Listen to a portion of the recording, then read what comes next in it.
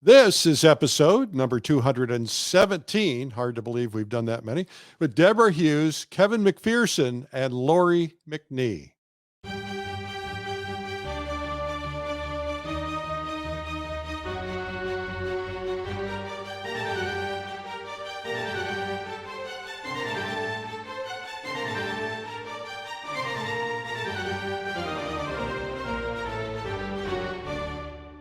This is the Plein Air Podcast with Eric Rhoads, publisher and founder of Plein Air Magazine.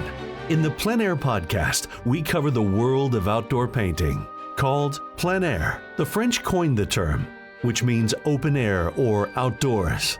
The French pronounce it plein air. Others say plein air.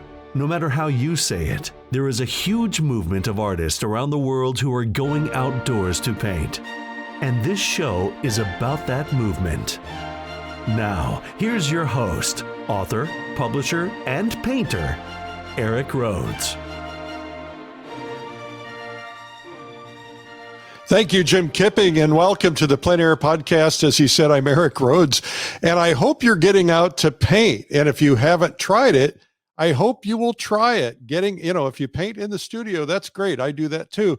But painting from photographs is not the same. And you got to get outside and try it. It's so invigorating because you're outdoors, you're in nature. Sometimes you're with friends. This weekend, I'm going to go painting with friends. The great Albert Handel, one of the greatest artists, been painting for 60 years. He's coming over to the place. We're going to go paint trees. And I'm really excited about that because I'm sure I'll get some tips and some pointers and some ideas and some other things. I should mention that this podcast now has over 1.5 million downloads. Pretty significant. And it's being heard in over 90 countries. So that's pretty cool. And obviously the plein air movement is hot. It's really been hot about the last 10, 12 years or so. And about the time we founded Plein Air Magazine. Any coincidence? I don't know, maybe.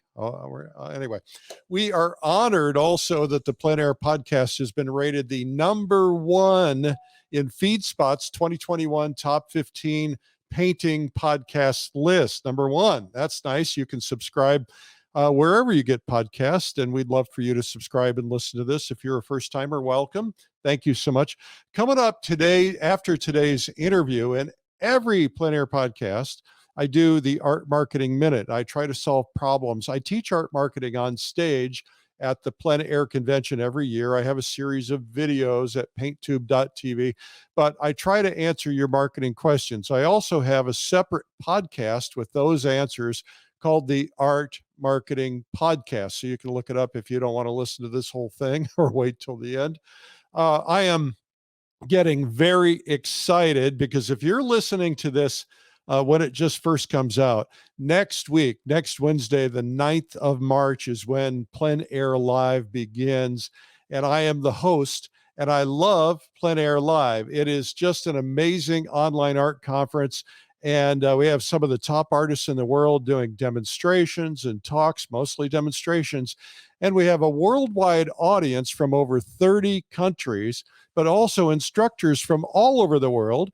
For instance, Danielle Estoni is from the Florence Academy in Italy, and she's a great plein air painter. She's going to teach two top artists from New Zealand, world-renowned painter John Crump, as well as Richard Robinson, plus many, many, many others, about 30 people teaching landscape painting and outdoor painting, plein air painting.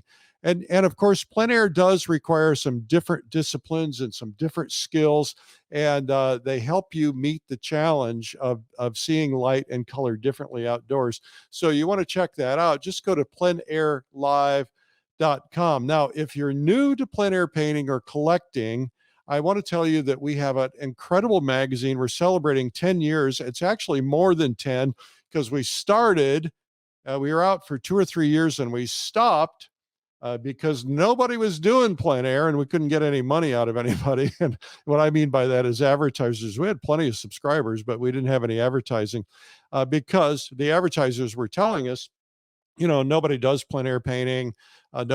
Galleries were saying, we don't carry plein air paintings. And I'm saying, yeah, but all paintings out, landscape paintings oftentimes start with plein air. They didn't buy it. And then, the art materials people said, well, no, but there's not enough plein air painters to support for art materials. Well, that's all changed. Now we have a giant expo hall of art materials people at the plein air convention. The galleries are selling plein air paintings like crazy. So it's all different. Anyway, Plein Air Magazine is a terrific thing that you might want to consider subscribing to. You can join tens of thousands of artists and collectors who are part of the plein air movement. It's rooted in the deep history of plein air painting, which goes way back even beyond Monet and all those folks. And it's bi-monthly. It's edited by the great Kelly Kane, and it chronicles important events and spotlights today's masters, techniques, and the collectors who follow them, as well as the historic artists who come before them. Comes out every other month. And the digital edition, if you want that, you can get that only, which is really handy for people overseas. But the digital edition has about 30% extra content, which is not in the print because print costs money to print, right? So anyway, we hope that you'll subscribe. Just go to pleinairmagazine.com. And also you can find it at Barnes & Noble stores. And we are honored. I don't know what it's happened after COVID because I haven't heard the numbers, but pre-COVID for the last 2, 3, 4 years, we've been the number one selling art magazine in America at Barnes & Noble stores. Yay, that's pretty exciting. So make sure you go there and get it. You can also get it at most Michael's stores. And if you don't see it there, they're either sold out or just ask the management to get it so you can get it. But just subscribe at pleinairmagazine.com. That's the easiest thing to do. Now, speaking of plein air, one of the things that will elevate you faster than anything else, other than training, is to put yourself into the game, to put yourself into art competitions, because the minute you do that, you think differently. Like I entered an art competition a few years ago. I had never done it before, not ours. I can't enter ours. Anyway, the thing that happened is I started to enter the painting. I photographed it and I looked at it and I thought, is it going to live up to the other things? Is it good enough? And so I kept working on it till I felt it was good enough. What that did is it pushed me forward. And when you're competing with other people, it pushes you forward. Well, the Plein Air Salon is a terrific art competition, and it's not all plein air because not all plein air artists are only plein air. I mean, a lot of us paint plein air, a lot of us paint studio. Some of us paint figures and portraits and still life and other things. So we include it all in there. You can win. And we have $33,000 in all cash prizes. That's all cash. Now, a lot of competitions say they have all this value, but they make up value for things. This is all cash. And so $15,000 grand prize, and you'll get to get it presented on the big stage if you win. And a lot of really incredible artists that were unknowns have won this and become knowns. And so you get to hold your big check up on stage, and you also are going to get the cover of Plein Air Magazine, which is really cool. We are adding for next year, we're adding a lot of new recognition prizes, mentions in newsletters and profiles and things like that. So it's pretty cool. Anyway, if you want to get yours in, you want to do it soon because the annual competition is about over. The way this works is we have 17 categories. And if you win in any of the 17 categories, and you can even get a first or second or third place prize, and there's cash prizes for those. But if you win in any of the categories, you get automatically entered into the national competition, which is coming up.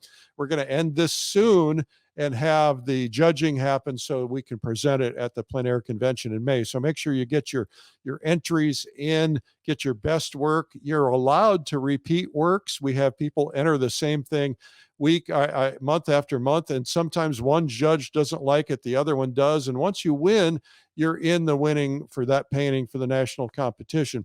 And you can enter as many paintings as you want, of course. Anyway, that is Plein Air Salon. Get your entry in by March 31st. And just go to pleinairsalon.com. All right. So last week I did a webinar. I've been getting a lot of questions because of all the things we did, because of COVID, because of my daily 12 noon show that I do called Art School Live on Facebook and YouTube. We've had, I don't know, hundreds of thousands of people that we've been exposed to, and a lot more people are coming into painting and plein air painting. And I've been getting a lot of questions from people about plein air painting, and I try to answer them, but I thought it'd be cool to do a webinar. So I asked Kevin McPherson, who is one of the great masters, author of one of the most popular plein air books. I asked Deborah Hughes and Lori McNee, very, very deeply, richly experienced painters, if they would come onto a webinar and just answer a lot of questions about not doing demos, but just answering questions about, how to pack your paints and how to travel with paints, and just little tips and techniques. And we had 5,000, probably over 5,000, actually. I think it was 5,200 who signed up for the webinar. We were really honored by that. So that's pretty cool. Anyway, I'm going to play a replay of that for you here. Now, I've had this edited up a little bit because there were a couple things in there. I talked about some offers, for instance, for Plein Air Live, which have since expired, and so I can't put those out there. So if it's a little choppy in a couple places, understand that that's what's going on. Anyway, let's watch that and listen to that right now.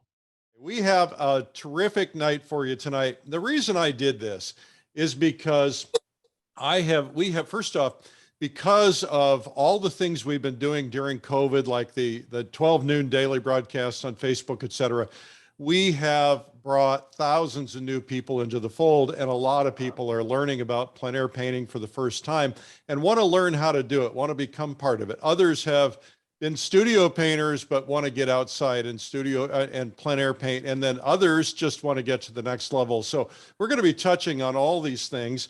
And we have kind of an agenda we'll go through. We're going to talk about, things that you can do to learn plein air painting, how to grow as a painter, how to start out.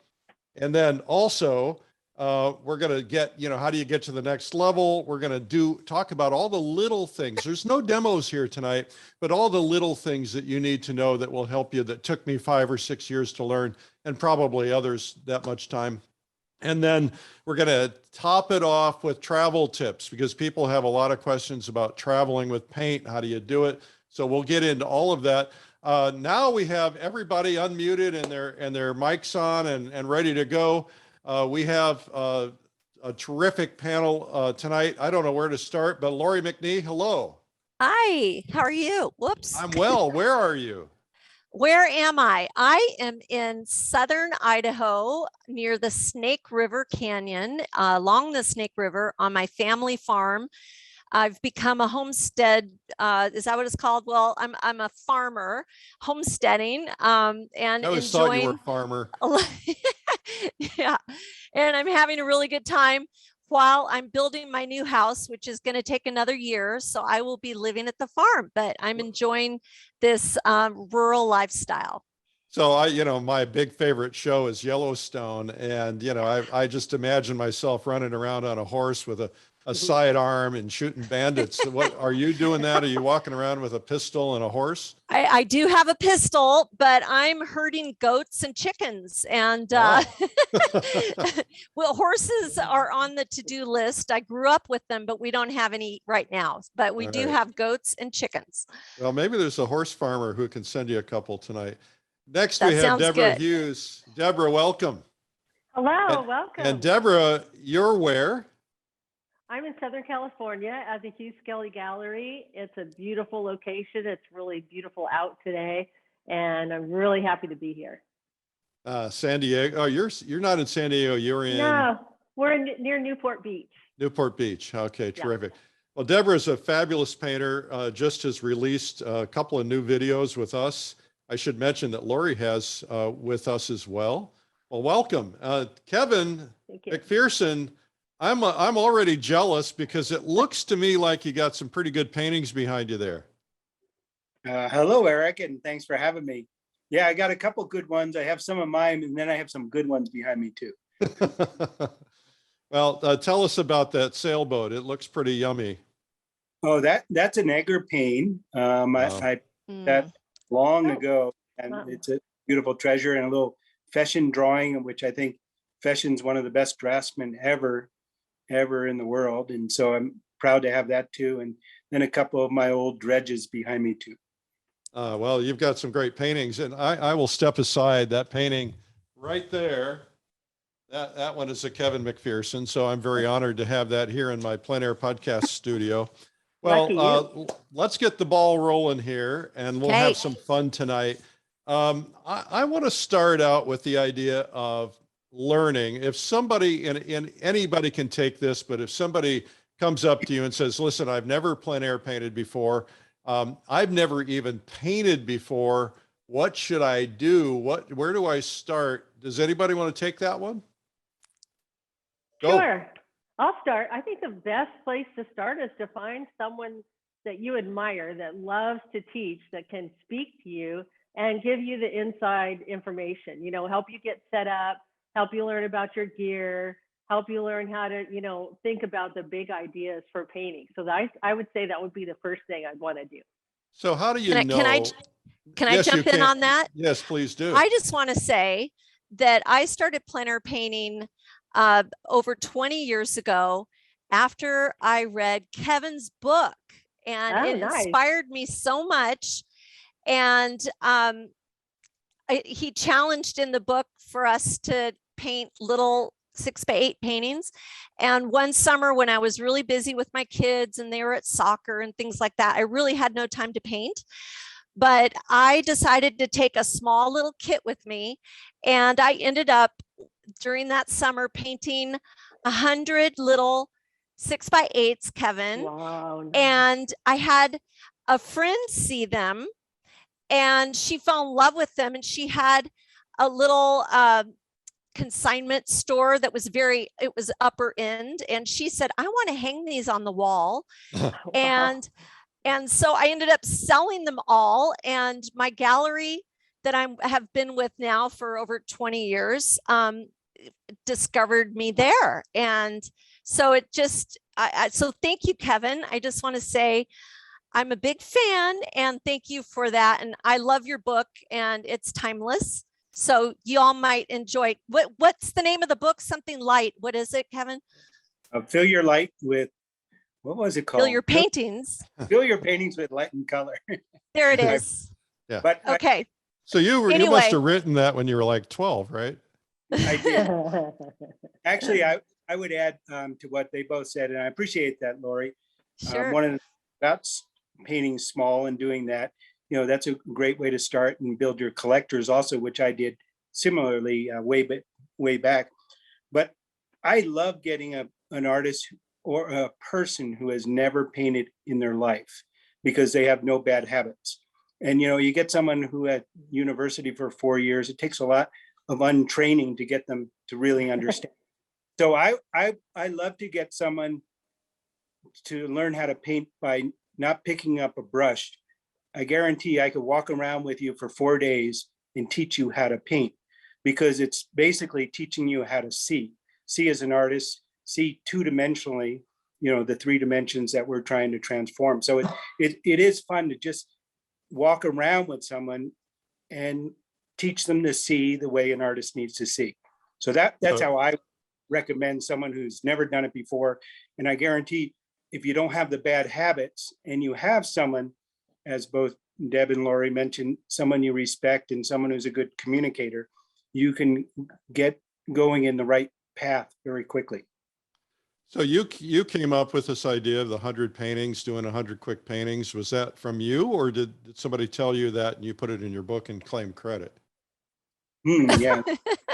Actually, what I did, I started, one of my first shows was 100 paintings that I painted from my travels around the world, 6x8 paintings. And that was one of my first shows. And then I did it every other year for about 5 years. And that's where my growth, I think, really happened by painting small and painting a different scene every day or every time you go do it, as opposed to trying to do a large painting and have problems that you just beat a dead horse over and over. Every day is kind of a new, fresh start. And I think that's where you grow the most.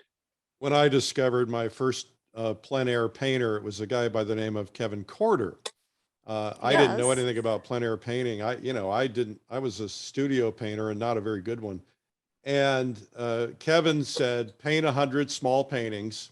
And he said, limit yourself to 30 minutes per painting.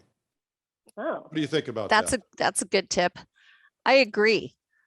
personally, I start ruining my painting much after that. I think starts are, we learn the most from just starting a painting, and they're so fresh. And so I love that stage where you don't start to ruin them. They turn into Frisbees. Yeah, Well, I'd like to join in on that, because 6x8, when I used to work in pastel for many years, and I started doing the oil and going outdoors, and I was in workshops or painting on my own, and they were bigger, little bigger size, even 11 by 14 was so overwhelming. So once I figured out to start, probably from Kevin's book, figured out to go to a 6x8 size, all I had to tell myself was, Deborah, just get the sky, the landmass, the water, or whatever, and get your values correct, and then build from there. Forget about all the extra details and information, and it makes a huge difference. I think that a lot of us, when we start painting, at least this was the case for me, to me, the idea of doing a good painting was doing something that was photographic, very, very tight. And I was holding my brush, right up close, like I held a pencil.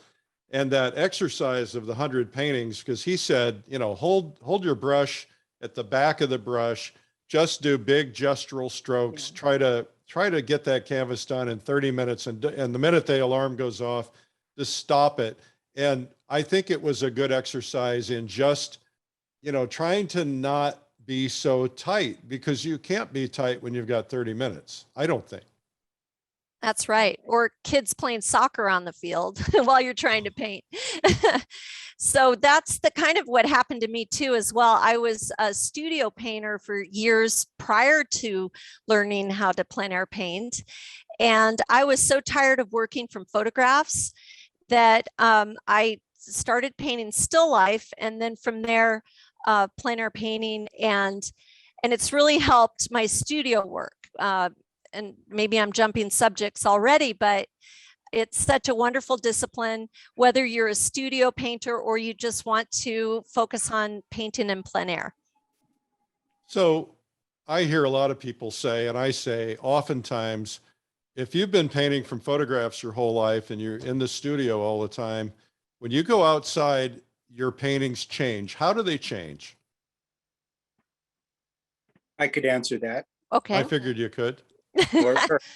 I think, the word plein air, obviously, it more reflects a painting from life. So whether we're painting a portrait, a landscape, a still life from life, it's a direct interpretation of our subject. Like there's nothing in between us and the subject except air. And that's really what I paint, is the air between me and the subject. But, when we have a photograph, and back in the old days when we had to get the film and stuff, we'd be so excited. We'd take photographs, we get back from our trips, and very disappointed when we finally look at them.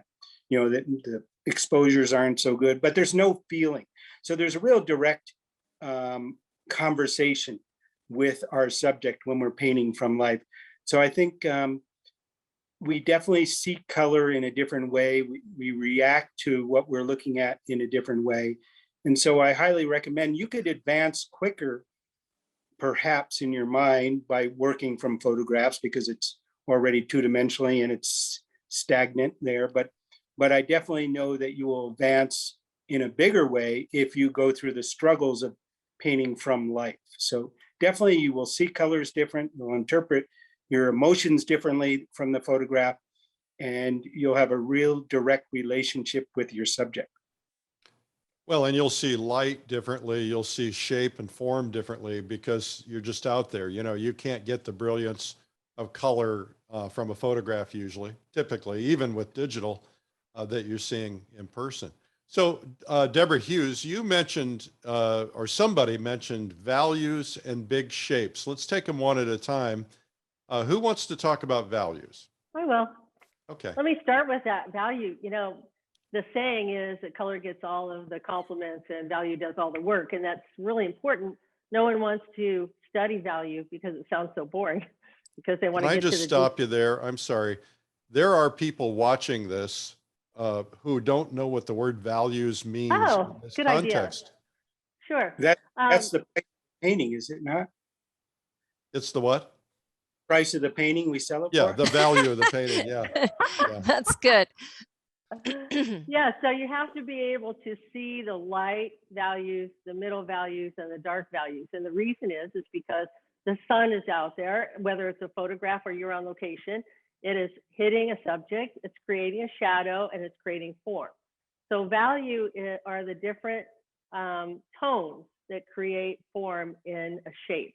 And so you have to be able to learn how to see. For instance, when I paint a harbor scene, I'm always trying to decide, and I stand there, I talk to myself, and I go, so, is the sky darker than the water?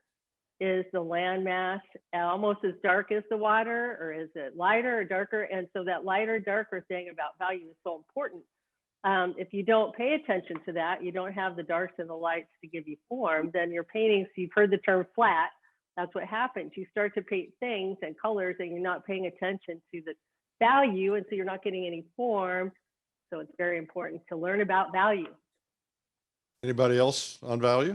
Well, I like to think of value like notes on a piano scale, darker notes and higher notes, and it translates into painting too. And I think that the more sophisticated I become as a painter, the more I appreciate value and trying to have fewer values in a painting. I like to challenge myself to that.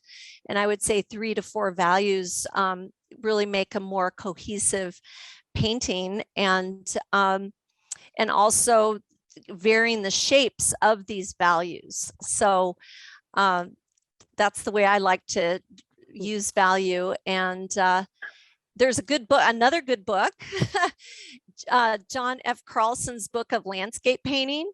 And that's kind of another Bible for plein air painters or landscape painters. And he breaks down value in a scientific way. And it's really helpful. And there are always rules to be broken in art. There are. And so, when it's snowing and the snow is white on the ground, it might be lighter than the sky, but usually the sky is the lightest value because it's the source of light. But in that book, he explains that. And I see some of you have that book, and I love the book. So I would suggest that too. Kevin, any thoughts on value? Yeah, I think about the values as, if we had a black and white TV when we were kids, and then we got color, and then we had the TV where you could actually turn the dial and have it from black and white to color. So as Deb said, the real strength of a painting is in the value control, and the color could be, as long as the values are correct, the color could be anything, and you can get away with it. When I approach painting outside to make it the most simple way to do it, I look at all the values that are out in front of me, and I break it down into 2 shapes, the family of light and the family of shadow. Within those 2 families, you may have 2 or 3 values in each side of it, 1 or 2, but that's the most simple way you can kind of break the code of the complexity, the chaos of nature. First break it down into 2 families, light and shadow, and then how many values are in there. But so just think about the black and white TV, you just change the color, get rid of it, and that's the strength of the painting. And is there anybody in the comments that has never seen a black and white TV? I'd be curious about that. I'm sure there are. We have, by the way, we have viewers from all over the world. I just saw Australia, Switzerland, Singapore, UK, Sydney, Australia, and New South Wales in Australia, and Costa Rica. So thank you all for tuning in. Cool. Hello, world. Tunisia, Tasmania. Okay, so one of the things that I'm curious about, I think that color complicates everything. And I believe, I'm not sure I used to believe this, but I believe it now. First off, I think somebody should learn to paint in the indoors before they ever paint outdoors, just because, learning to mix colors, red and blue and so on. But I think that the first thing that everybody should do is painting a value painting or two. What do you think about that? Is that a good thing or a bad thing? I love What- that as an exercise. And in fact, when I teach plein air painting around the world, which I love to do so much, and people are so enthusiastic to get out there and start painting with this array of beautiful colors. It's like being a kid in a candy store and seeing all these beautiful tubes of paint. But I do exactly what you're saying, Eric, where the first day we paint a painting in value. And so they pick 2 tubes of paint that they can mix black and white, a form of black and white, and do a value painting. But it serves, at least for my students, it seems to do really well by them. And then it helps them understand how to mix. And then we use a limited palette. Again, I know Kevin suggests that in his lovely book. And that helps so people don't create too much mud. Anybody else want to touch on values? Well, another idea is to do the no-tan. So no-tan is a term for a value drawing. I like to get maybe some little squares in your sketchbook that are similar to the 6x8 size, for instance. And when you're on location, you're not only working out the design, which is super important, we'll get to that, but you have to work out the value. So where's my darkest dark, and where's my sun, and where's my shadow, like Kevin was saying. So with the colored, or not colored markers, grays, get maybe 3 or 4 max, and then just leave the white paper and use the black and get a couple middle values and get your values for shadow and your values for sunlight. And I think that's very helpful. You all do very simple. sketches or no-tans before you paint? Well, I oftentimes I do. What'd you say? Well, I didn't hear you, Kevin. I kind of disagree on some of that. That's okay. You're allowed. All that I think is helpful. And it's interesting. Black and white is actually man's invention, probably 1847. Before that, nobody ever thought in black and white except some dogs, perhaps. Well, but Rembrandt was painting brown paintings. So yeah. It's brown and white. Yeah. No, but we see in color, but we have to transfer it into values. We have to make those decisions. I actually use the term value, because it's value and color together. We're always making those comparisons. What color is it and what value is it? Lighter, darker, warmer, cooler. And so I don't necessarily think to start out in black and white is necessarily the best way to do it. However, if you don't understand the values, how light the red is, how dark it is compared to something else, you're going to get yourself in trouble. But I do think starting out with color, for one, it's more exciting.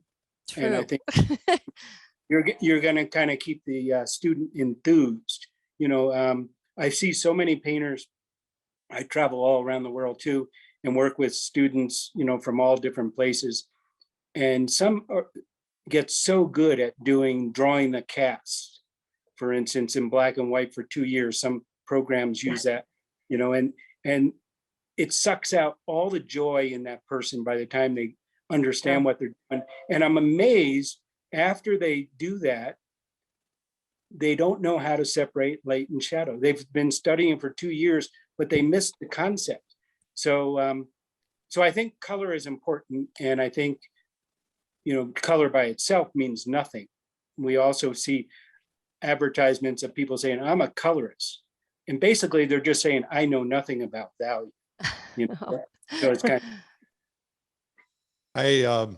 I have a friend who was an art student, and her first lesson or two, they were painting grayscale cones and cubes.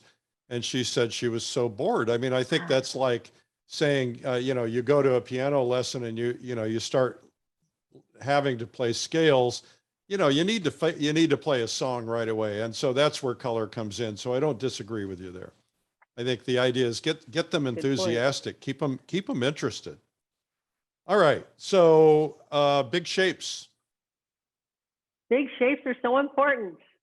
That's the thing. Get in the big shapes. And that sounds simple, except for when I work at the harbor again, little 6x8, If I can just get my sky, my distant landmass, my water, I've already figured out, I've covered the entire canvas almost.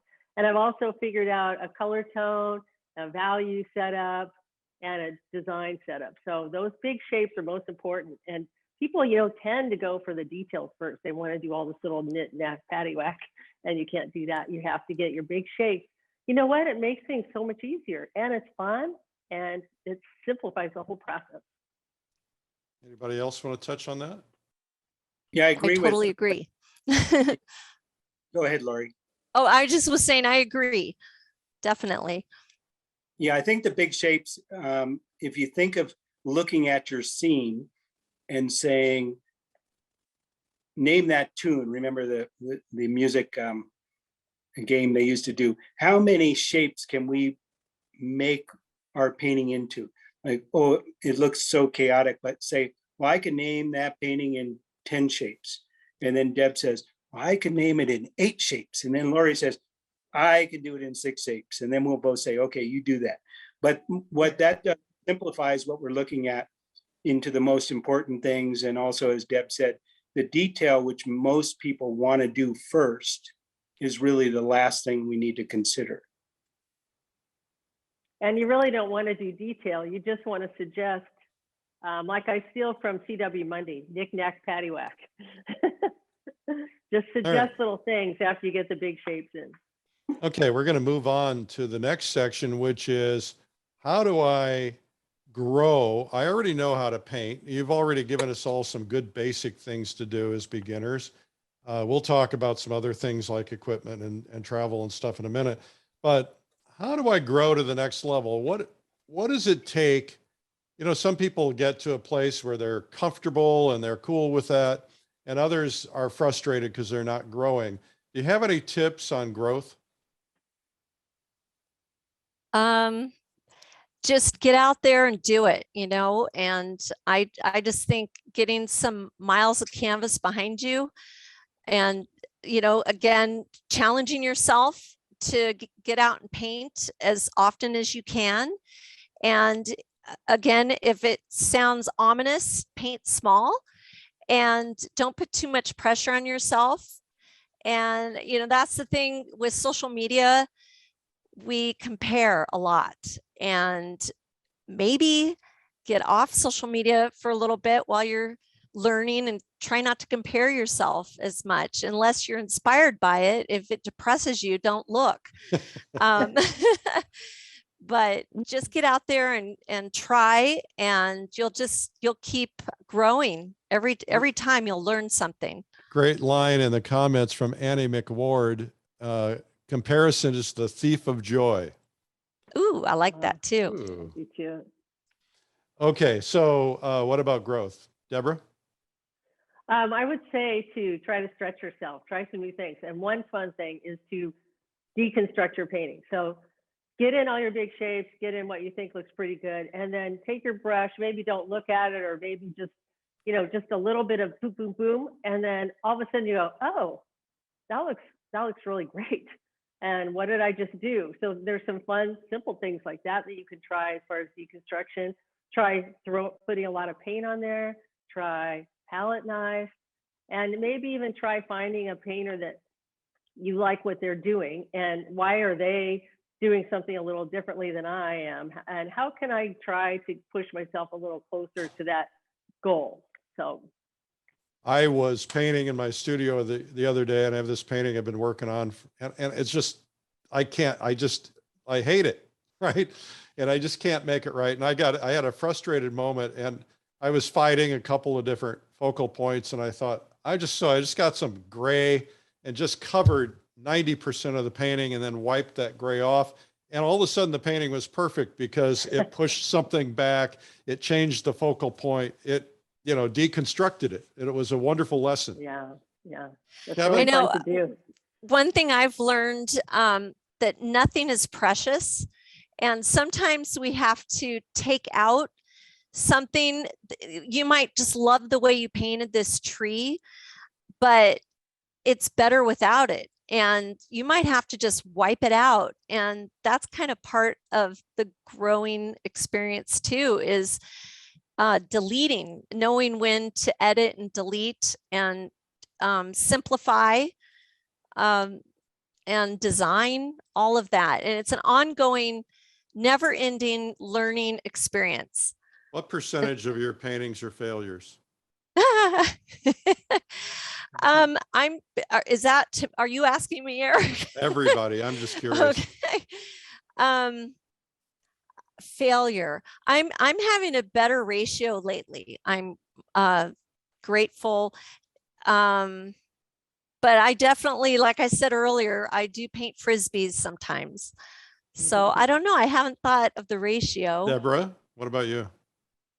Well, I would say, you know, that's really personal because you might think it's fabulous and someone else might think it's terrible. So, you know, sometimes you paint a duck, they say, you know, and you get out there, you lose your dark. So that's something that's really important. If you don't get your dark question. Yeah, It's I a know. trick question. Oh, thank you. Yeah, God. the trick question is you're going to learn from every painting, whether it's good or not. There you go. It's true.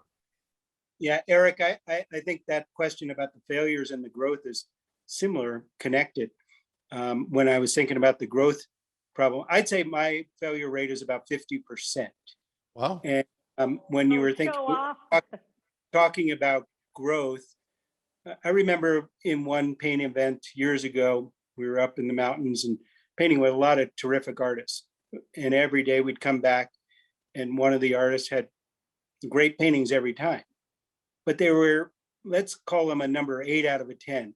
You know, he got a 7 and 8, but he never pushed himself far enough to get a failure sometimes. So he always played it safe. And, you know, the paintings were good, but they never gave me the goosebumps. And then there's some of the other artists that we were in, you know, did a terrible one and then a great one. You know, they're pushing to do something different. So I think we always have to find for growth. Every time I start a painting, I may start with a different limited palette, for instance, you know, so it challenges me to struggle in a different way. I may approach the painting with a concept in my mind so that my success was not necessarily a great painting, but did I solve that problem I was trying to do in that particular instance? So if we give ourselves a little bit of an assignment with every painting, I think that will help us grow instead of just going out there. So let yourself fail. Don't worry about the failures, and you'll get these things. Sometimes it only happens once a year. You get this wonderful painting that you almost feel like is the out of body experience. You say, did I do that? You don't even know how you did it because all the things you practice and then the intuitive feelings all come together for that one moment. And it doesn't happen often. So the failure rate, as Eric also said, you learn from these failures. Well, that didn't work. So that's a success in that method of stepping forward. So keep that in mind as you go forward. Plus you have things for the wood stove, which is nice. You know, I think also I discovered something when we launched Watercolor Live. I had only played with watercolor a few times in my life, and I paid very close attention because I want to be able to take watercolor and plein air with watercolor at times when I don't want to carry oils. And I was watching that, and all of a sudden I started seeing techniques that certain watercolorists were doing that I'd never seen in oil. So I went back to the studio and started playing with those techniques. And all of a sudden I had one painting that just nailed it. It was just so good because I had one of those techniques. And I think the idea of just play, getting out there and not caring so much and, you know, taking chances and experimenting really can make a big difference. I think we lost Kevin.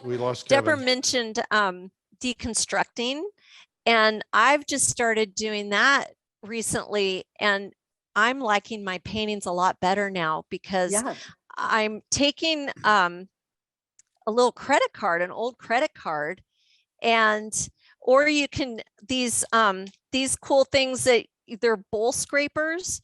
You can use these and get the neatest just random texture or scraping out things that in a random way, more like humans have a tendency to be mechanical.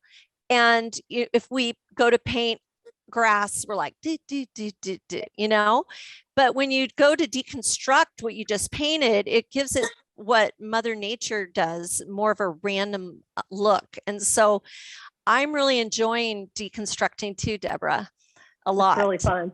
Yeah, it is. I love to go to the grocery store and the hardware store and everything else. I'm always looking and saying, how can I use that for painting? I had not seen that. That's a great idea. Yeah. Charlie Hunter, uses the squeegee. Yes. And that's similar, definitely. Yeah, but it's different. And, you can make some really interesting marks with it. The thing I discovered recently is a print roller. I take a roller that's made for printmaking, and cool. I take my painting, I've done my painting, and I just start rolling over it. And, it softens up edges and it changes things. I don't roll over the whole thing, and it's really very effective. So people are asking what deconstruction is. Okay, why don't you take that on? So when you have painted something that you think you're proud of, it's kind of cool, like I said, to take a tool, and you can even use a paper towel and wipe a little bit, or what Eric's saying, a roller or maybe a credit card, and scrape across a passage just to deconstruct to, I don't know if I'm explaining it correctly. Am I, Deborah? Help. Just to give it a freshness that we as painters, again, go in more mechanically, like a robot, painting petals or the grass. And these tools help us make more random strokes.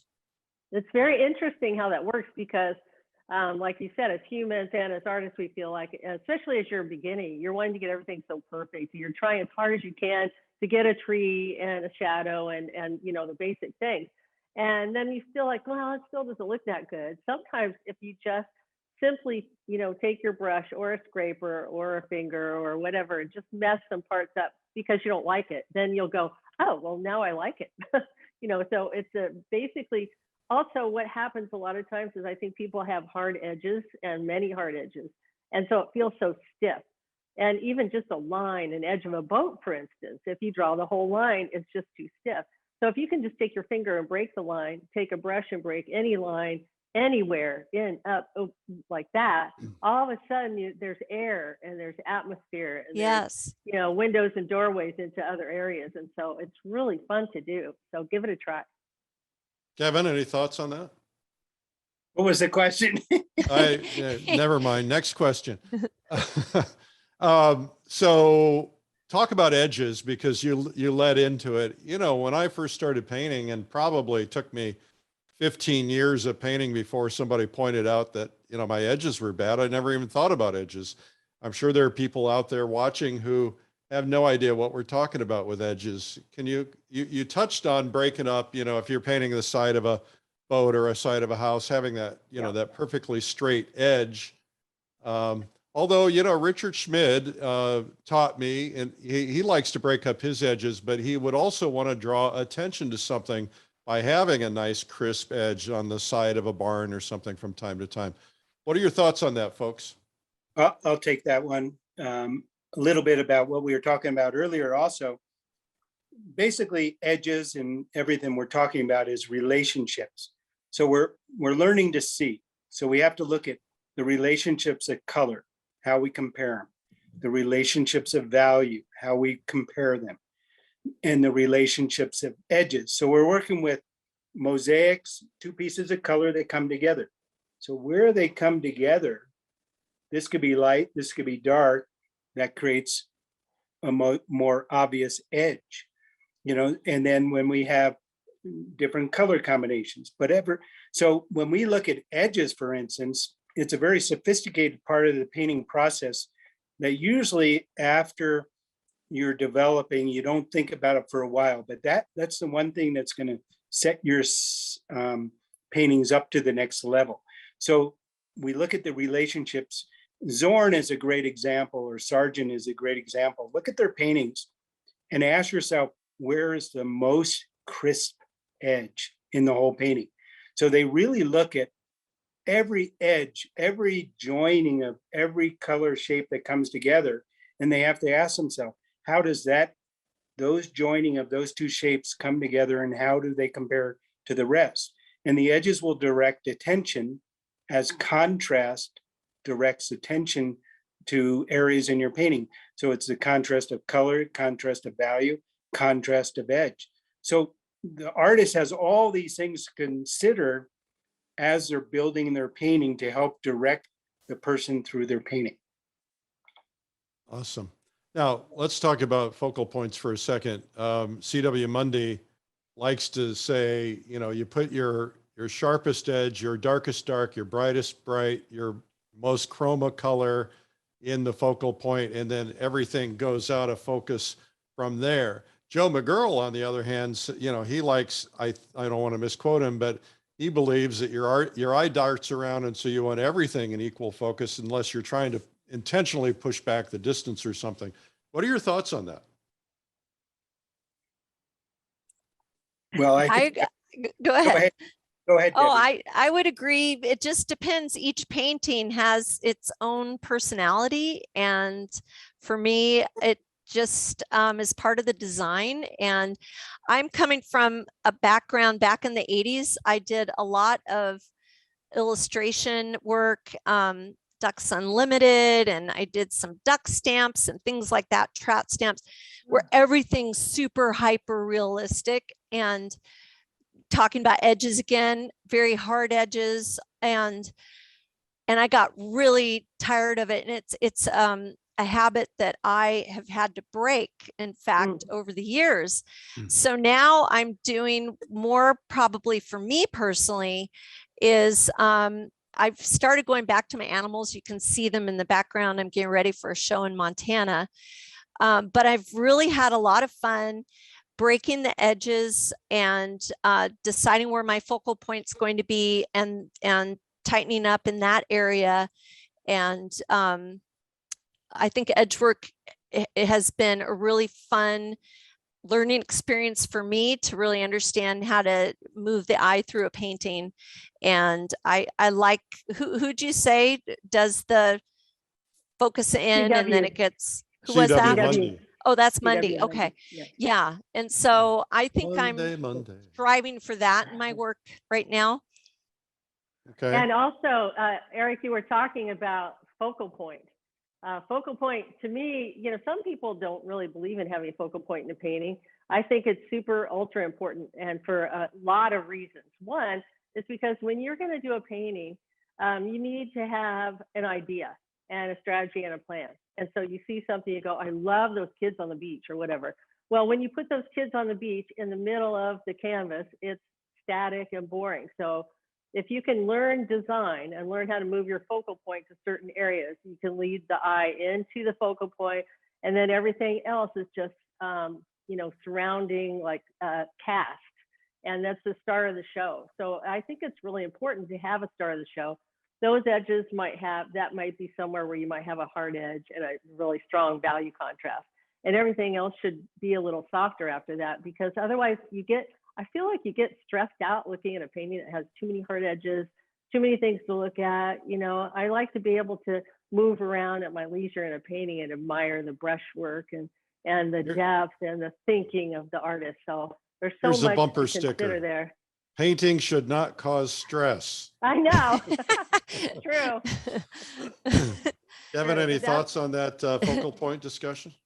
Well, I think everything they said is important. Each painting has a different concept and a different reason of how you want to direct the person through your painting. Basically, I think most paintings do have a central focus, and we want to direct everything to it.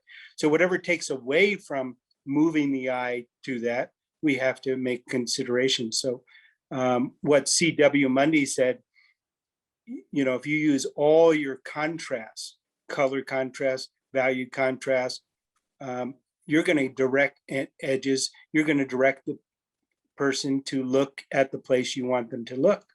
And if you have chaos in your painting and you're not moving the person through that painting, then the person's going to move away from that painting and go buy CW's painting instead of my painting. That's All right. exactly right. That's exactly So right. first off, I just wanted to say to everybody that we're coming up close to an hour, and I'm going to keep going if you guys will, because we have a lot Sure. to cover yet.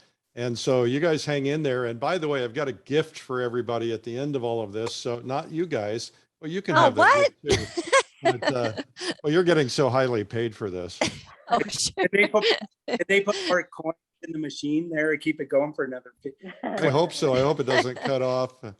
All right. So let's talk about the little meaningless things that have a lot of meaning when you're out painting, the little things that we've all discovered that are just kind of silly little tips that really make our life easier.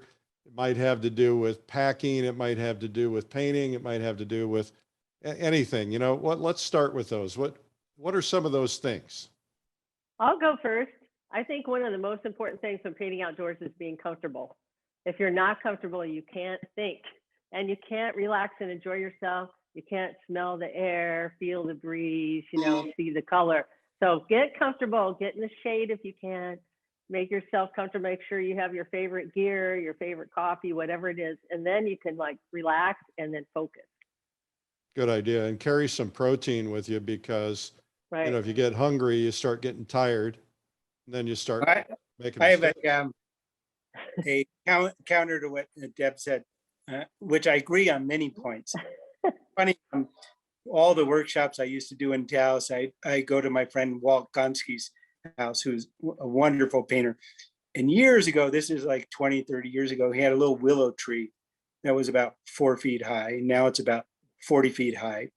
And we would sit back and watch all my students. They would hover under that little piece of shade, that little willow tree. And so we would sit back and say, see that lady over there in the full sunlight? She's going to be a professional painter. She is forging, going through the hardships where all these other people want to be a little too comfortable. They're never going to make it. So we would laugh. And so now the tree is like 40. So Now almost everybody can stand under. The whole class can get underneath there except the one. Well, what about painting in shade? Do you guys try to intentionally paint in shade? Because I find if I paint in sunlight, my values are wrong once I bring it indoors. Yeah, absolutely. I can't always find shade is the problem. So the one thing I've learned the hard way is to do your best to make sure that your painting is not in direct sunlight. So if you can't find shade, at least turn your painting so the sun's not shining directly on it, because like you said, Eric, you'll end up painting darker because the light is shining on it. And then when you take it into the house, it'll be so dark. So that's one thing I've learned the hard way. But yeah, I love painting in the shade if you can find shade, and I usually bring an umbrella. Yes, people are mentioning umbrellas, but then you have to deal with wind. I really think that plein air painting is a sport. It is a sport. and it's a really interestingly enough, I should mention this, that Orvis, the fly fishing company, clothing, they put a plein air painter on the cover of their February catalog. No way. I know, that was they have really plein air cool. painters in the clothes they're selling inside. Yeah, I saw that too. I was really excited, and I looked up the artist. I can't remember his name right now, but I thought that was really neat to see. But anyway, it's definitely not for the weary. It's a good workout, and I mean, yes, you can car paint out of the back of your car pretty easily and not have to walk around. But as far as making things a little bit easier, I didn't even like carrying a diaper bag when I had babies. So I do my best to minimize the gear and try and keep tubes of paint down to a minimum and brushes, and just pack light and hope you can carry everything. I do a couple of events a year where we all go painting together for a week, and I'm not being critical of anybody, but some of these people carry their entire studio, these roller bags, 5,000 pounds. When I first went plein air painting, and I didn't even know it was called plein air painting, I took a card table, a chair, a box of stuff, a studio easel, and I set it up out on the edge of the golf course to paint the scene. I used a regular canvas, instead of a panel, and it kept blowing off because it's a sail. Those are things you learn. But now my rule is if it doesn't fit into a backpack, it doesn't go. I like what Lori said about back when she had to carry diapers. Now that we're older, now I recommend Plein Air Pampers, so you don't have to run. Well, I think you or I are going to be first on that list, I'm afraid. Plein Air Pampers. That's terrible. Okay. Let's change the subject. So let's get back to size of gear. Like Kevin likes his little teeny Pashai box. That's super cool. That's easy to carry. What? Well, and I like to do that too. I can get my gear in an over-the-shoulder bag pretty easy. And if I'm climbing somewhere, I can throw it in a backpack. But I think light is easy way to go. And you can keep it really sturdy with, picking up rocks from around there and putting it in a bag to keep it sturdy, and the wind's not going to bother you, but you won't have all that heavy gear to carry. I'm not endorsing anybody, but I've got so many different Pashad boxes and I love them all for different reasons, but these are two of my smallest ones. And it's fun to have like a little grab and go bag where you'll be more likely to get out there and paint if you just have a bag ready to go and you don't have to try and gather up your gear every single time. I try to keep one in the car. And the other thing is don't borrow paint from your plein air kit for your studio, or don't borrow brushes or other things from your plein air kit, because you'll end up by the river like I did with no brushes or no paint.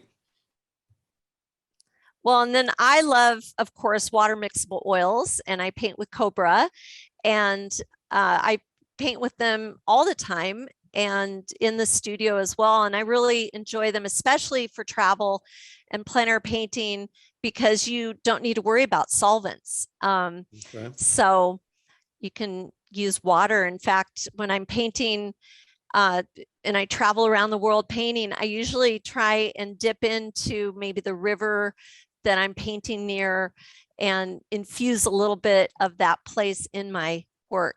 Get a little sand in your paint. Get a little bit of sand, yeah.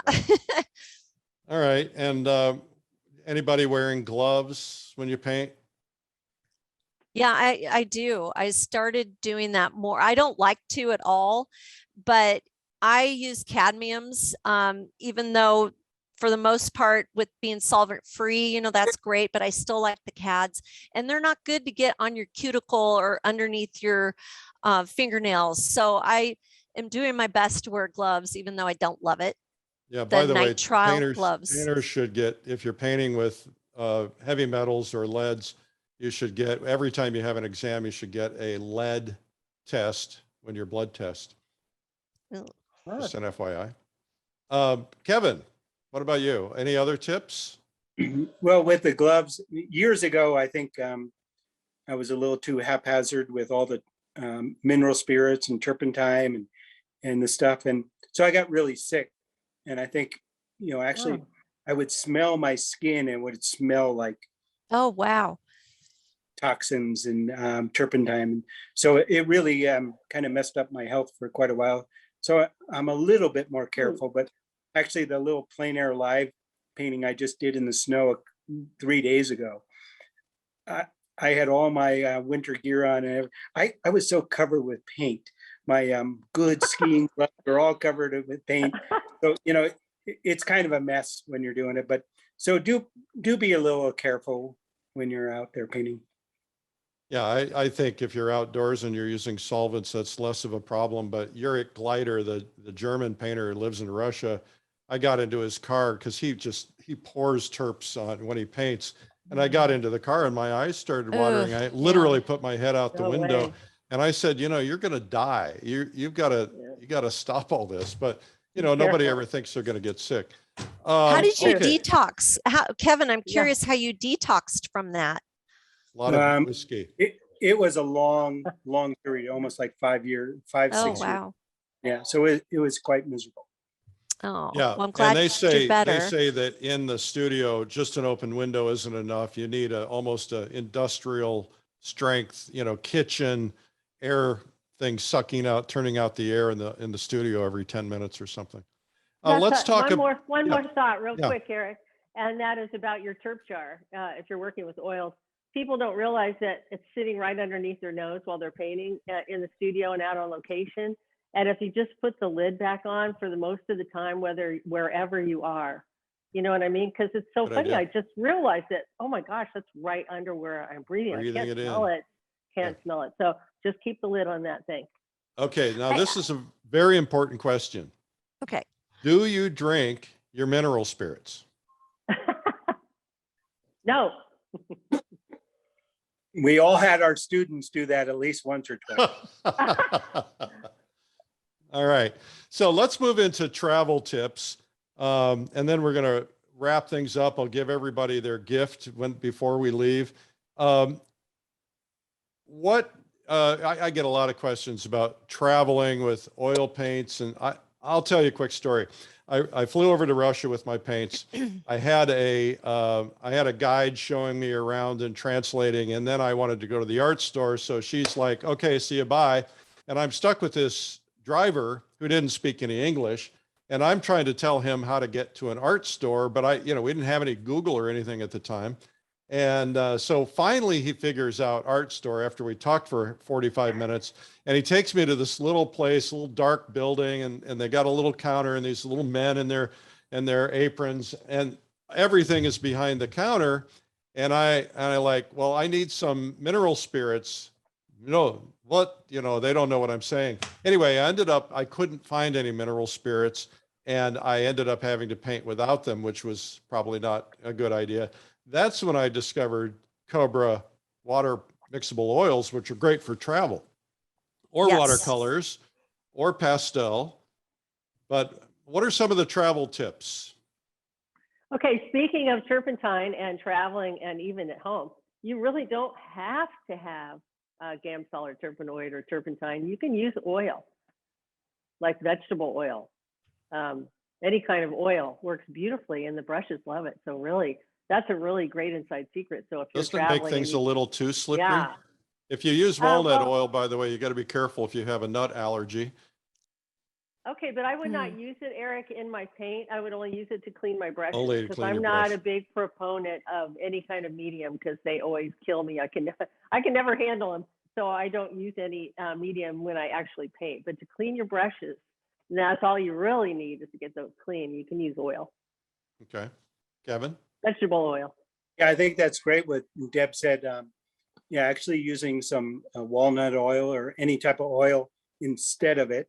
And then to clean, you could use baby oil also. So you could do it solvent free. And then doing the watercolor, when I travel to all the different type of places, I start doing watercolor or gouache or acrylic, to make it a little easier for some of the travel things.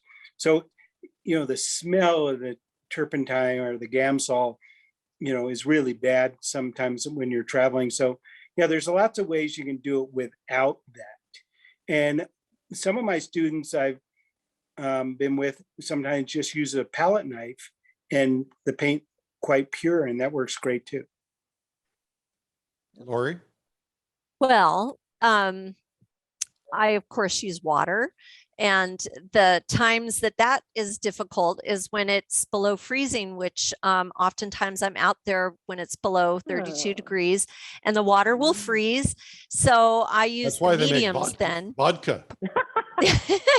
I asked them if I could use some kind of alcohol of sorts, and they said that would not be good for the paint. So well, in Russia, my friends over there told me that they do in their painting in the winter. They put vodka into their white because it tends to get thick. And I remember you dry told quickly. me that, and I asked Wow. Kyle, and he said no, you shouldn't do that. So Yeah, anyway, so I haven't tried that, but well, I use you have the mediums. one swig and then you mix it in.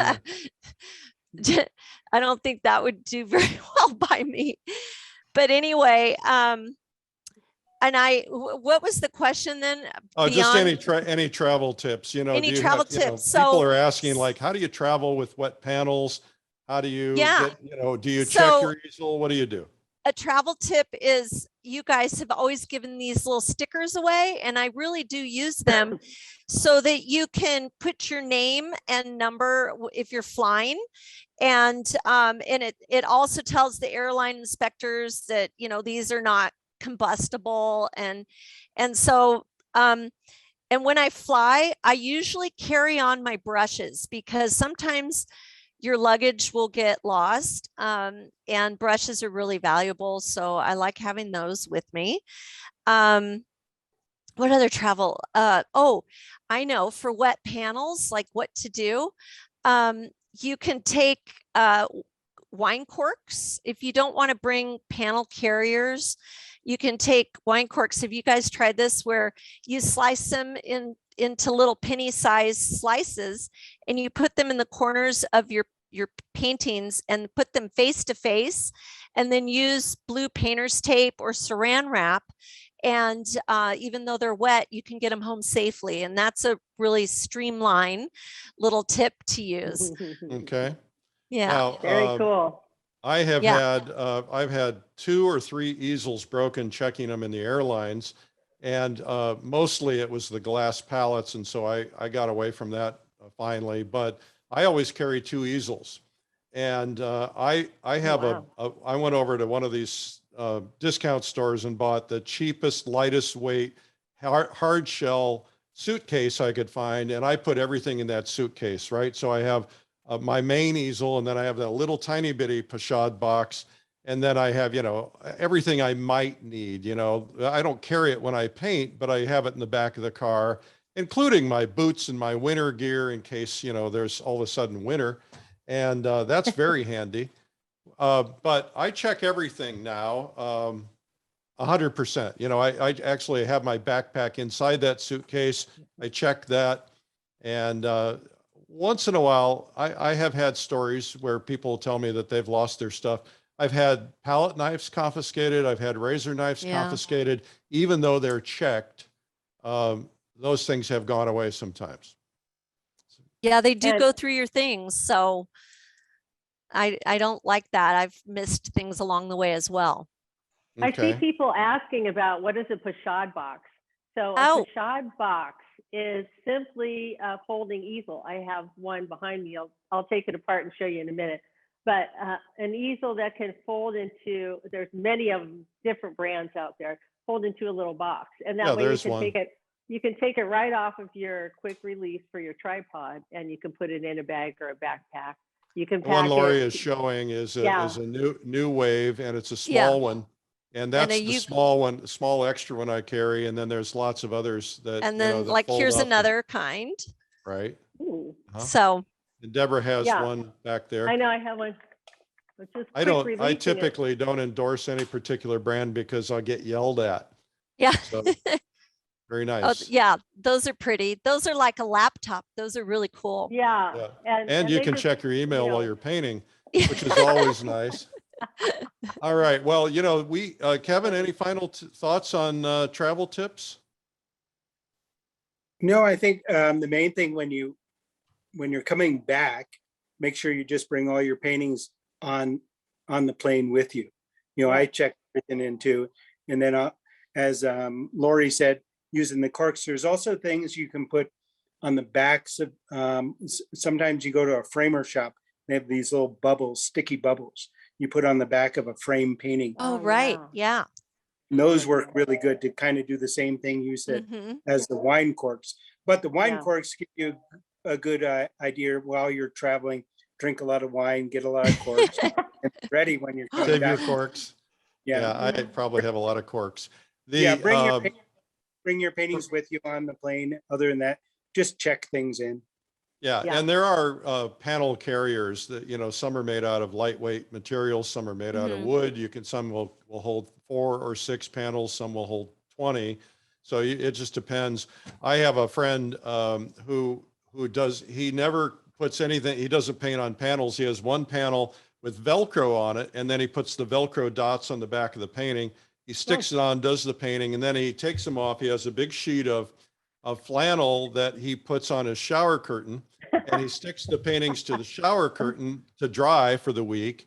And then he just stacks them all up, puts them in a little notebook, and that's how he gets them home. I'm not quite that organized. Well, I want to thank, go ahead. I was just going to jump in a couple more tool ideas. Okay. Toothpicks and Q-tips are really neat for different effects and kind of scraping in. And one of these, don't take this on a plane though, but a little paint scraper for your palette. They make them in nylon, by the way. Yeah, they do. You're right. And then a viewfinder, because it's super overwhelming when you're outside. And of course, we have our cell phones that work really well for that as well. But this one's really cool. I think the view catcher, but it has little marks where it's like an 8x10 or 9x12 or 6x8. And you can look through this, and it's gray, so you can judge your values. And then this is I can't remember what these are called, but it's like a value. And I don't know. The jury's out. Nobody uses those. They all use value. I can't decide if I like now. this thing or not. That's old school stuff. But anyway, those are kind of fun things to think about adding to your bag of tricks. Yep. You can carry so much stuff too. It's crazy. Yeah. Hello, Belfast, Ireland, by the way. Well, I want to thank all of you. We could probably do this for 3 hours. There's so much stuff. And when we're together as artists, we talk about these things, which is really wonderful. Lori McNeil, start with you. Anything you want to promote or tell us about real quick, and your social media handle? Oh, well, I'm painting for some shows right now. My next show will be up in Montana at Dana Gallery in April. So I'm painting a large show that's a lot of animals. Kind of, it's interesting going back full circle. Instagram handle? Oh, my handle's Lori McNee Artist on Instagram and Twitter, and my website, lorimcnee.com. And I'm all over the internet, and I'd love to hear from you all after this. If you have any questions, feel free to message me on Instagram, and I'll do my best to answer your questions. Thank you so much for having me. All right, Deborah. Oh, thank you, Eric. I do want to tell everybody about, and I have a new video released through Streamline, which is fabulous. Streamline Art Video. It's a new video release called Impressionism, and it's me working on a very large regatta painting, and I actually worked on it here in the gallery. And they filmed us out on our boat and at the, all over the harbor. So there's a lot of interesting facts, but I also take something very complicated and break it down to simple. So I'm excited that that's released. That just released, right? And it reminds me of an Edgar Payne painting. It's just beautiful. Thank you. And yeah, that's just releasing tomorrow, actually. And there's a 3 p.m. broadcast tomorrow where we're going to play a sample of it. And then also, they can find it at painttube.tv. That's the new name of the business. All right. I had and an your idea handle? Well, I'm at Deborah Hughes Art, but I'd love it if people would go to deborahhughes.com. I'm putting together all of my gear, and then a little thing that points to everything that shows exactly what it is that I can email to everybody. So I thought it would be fun to have a little guide like that, so they can go check that out on my website and maybe sneak in my paint real quick. Oh, that's right. Yeah. Deborah has 3 incredible colors that save a lot of time. I use them. They're in my palette, and they should be in yours too. They're called and I've got my set too. Oh, you do? What is it? This is Cobra. This Cobra is set. Cobra from different than Deb's. If you're interested in going solvent free, water mixable, you can check those out. Awesome. Awesome. I want to remind everybody before we say goodbye to Kevin that I've got a gift for you. Don't leave. Kevin, final thoughts? I feel bad. I don't have any of my products in front of me except Plein Air Pampers. Plein Air Pampers from Kevin McPherson. Yeah. What about your Plein Air I vodka? get 2 free, and they're extra protection. But actually, Eric and we did a great video called The Magic Grid, which I'm very proud of because it was really thorough and it's been doing well, and it really puts things in a different way of thinking. And then I have a show coming up in Charleston, South Carolina, April 1st and March 31st. So I'm going to be there and have just some display of some little paintings and stuff. So Awesome. I'm looking forward to doing both of those things. And Where do we find you on social media? I think by name, I'm not quite sure how well. I'm not really good at the Just computer Google stuff. Kevin McPherson. You'll find him. Yeah. And I And then- appreciate my wife, Juan, who's in Mexico right now. You know, I'm amazed I did this without having her fixing the computers and the iPads and things like that. But I want to thank, it was a pleasure to be with Deb and Lori and Eric. I appreciate you doing it. And this is a really nice thing to let a lot of people who want to start painting, who have painted for a long time, just get some feedback from some of us who've been doing it. So I appreciate what you're doing, Eric. You've been doing a great job. And Yes. Thank you, Kevin. Yeah, Kevin's thank you. on Plein Air Live in March. Lori McNee, you're on Plein Air Live and you're on Plein Air Convention. Yes. Well, Kevin's doing a workshop at Plein Air Convention the day before, which everybody should go to. Oh, that's right. That's and wonderful. he's also going to be on stage. Deborah, you're going to be Plein Air Santa Convention. Fe. Yeah. Santa Fe. All right, great. Well, thank Yay, you all. we'll all be back together again. All right. Well, thanks again to our special guests, Deborah Hughes, Kevin McPherson, and Lori McNee. You can see their websites up on the screen. If you're listening to this and you can't see the screen, deborahhughes.com, kevinmcpherson.com, and lorimcnee.com. All right. Now it's time for some marketing. This is the Marketing Minute with Eric Rhoads, author of the #1 Amazon bestseller, Make More Money Selling Your Art, Proven Techniques to Turn Your Passion into Profit. All right. So in the Marketing Minute, I try to answer your art marketing questions because so many artists want to either learn how to sell their art or get better at it. You know, whether you're already doing it or you're doing it, are you wanting to do it? That's what I'm here for. Now, I teach art marketing on stage at the Plein Air Convention every year. It's 3 mornings. It's early in the morning. We have a packed crowd. And I hope you'll join us for that. I also have some videos that you can check out at painttube.tv. But I really want you to embrace this idea of marketing. And really, we're all marketing in some fashion. Even if you're not selling your paintings, you know, you're trying to get maybe a little local publicity or something. So that's what the Marketing Minute is for. So Amadine, why don't you read the first question for us? Yes, so the first question is from Suzanne from Long Island.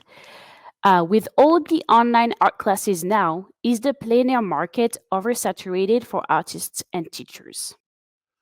Well, I think the answer to that is you're never oversaturated, never, ever, ever, ever. You know, there's a lot of different issues in this.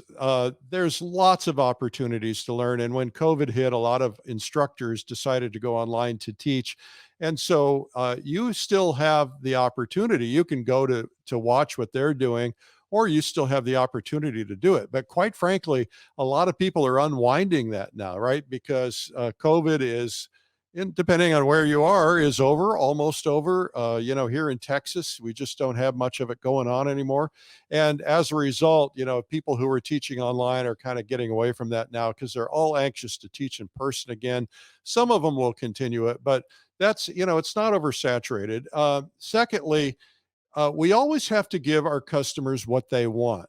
And we have to listen to our customers. We have to survey our customers. We want to find out what it is they want. If your clients are moving to online training, then you probably need to consider doing it. You know, a lot of artists come to people like us and we produce art instruction videos, and that's a way to scratch that itch for them.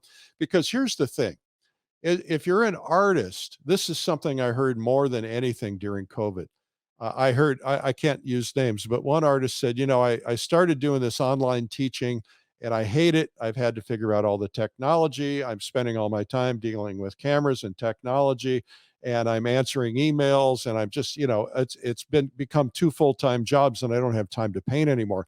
One of the reasons people come to us when they want to produce an art instruction video, first off, you know, we have Hollywood quality level, which just nobody can touch. And, you know, we do it in a sound stage, you know, we do it right. But, you know, the artists look at this and they say, you know, if I do my own thing, now all of a sudden I'm not an artist anymore. I'm editing video. I am answering customer service questions. You know, I'm dealing with shipping things in some cases. You know, there's a lot of interaction and interplay. We had one artist came to us. He said, you know, I did my own video And he said, even though I made a little bit of money on it, he said, when I calculated how much money I made per hour, it was like $2 an hour. And he said, I'm getting emails all the time and I'm dealing with it. And it's just, which I don't want to deal with the customer service issues. So you have to decide, is it really important to you to do this? Is it something your customers need? And do I really want to put my art career on hold to do this? I think, of course I think this, but the idea is that you want to make sure that you're the best artist you can be and focus on your art, your painting, your sculpting, whatever it happens to be the best you can. People who succeed really figure out how to do the things that are important for making themselves successful, and they let everybody else do the other things. Now, let me give you an example of that. Right? I wrote a book on art marketing a couple of years ago, and I spent a tremendous amount of time on it. It took me away from my job. And, I'm writing and I am editing and I'm just constantly doing all this stuff with it. And now I've since learned, I'm working on another book now, and I've since learned a more efficient way to do that, where I have other people who will gather all the information for me. I'll hire freelancers to do this. They'll go through videos that I've created since and get them transcribed and get things changed. And then, they'll put it into book form for me. Then I'll look at it and make some changes. Then it's going to save me hundreds and hundreds of hours.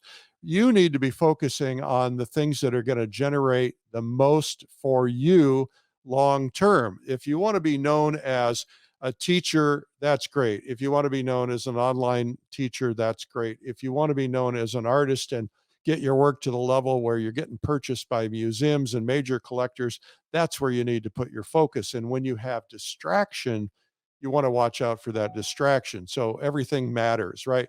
So anyway, the other thing to keep in mind, and I know this is rambly, so I'll just try to be short about it, but no matter how much competition is out there, you want to look for ways to differentiate yourself from competition. What do I do differently? How am I different? What is my offering? But also the reality is that no matter how much competition you have, you can out promote your competition. Now, sometimes it takes money to out promote your competition. I promote very heavily. I spend a lot of money on promotion, but sometimes it's just a matter of being more creative. There's a lot of people who are doing all these classes and online stuff, and they're getting 5 or 10 people to sign up with them. And I know people are getting, a couple hundred while they're out promoting everybody. So that's what it takes. Now, Amadine, what's our next question? Our next question is from Garrick from Portland. Prints.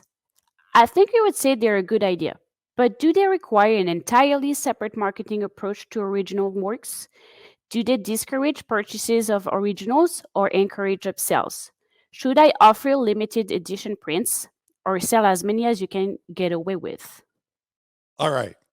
So the first thing that I heard when I got into the art world about, seriously, 15 years ago, 20 years ago, I started painting, maybe a little more than that.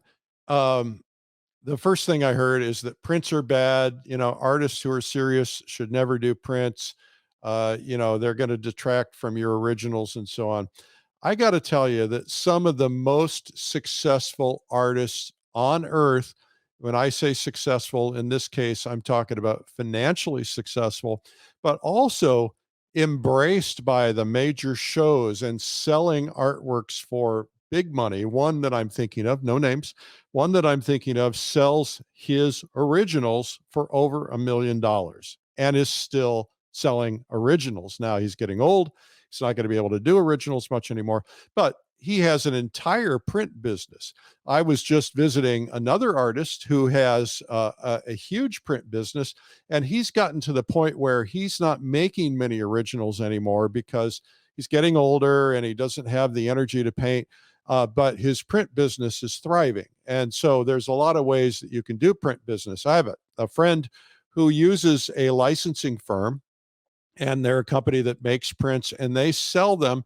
They have salespeople who go out to galleries and they say, okay, do you want this person's or that person's? They have a whole catalog. And, they're signed limited edition prints in some cases, but also, I got even just this morning in the mail, he sent me a calendar and his images are all over the calendar. Somebody's paying a licensing fee for that. So there's a lot of things that you can do to license your work.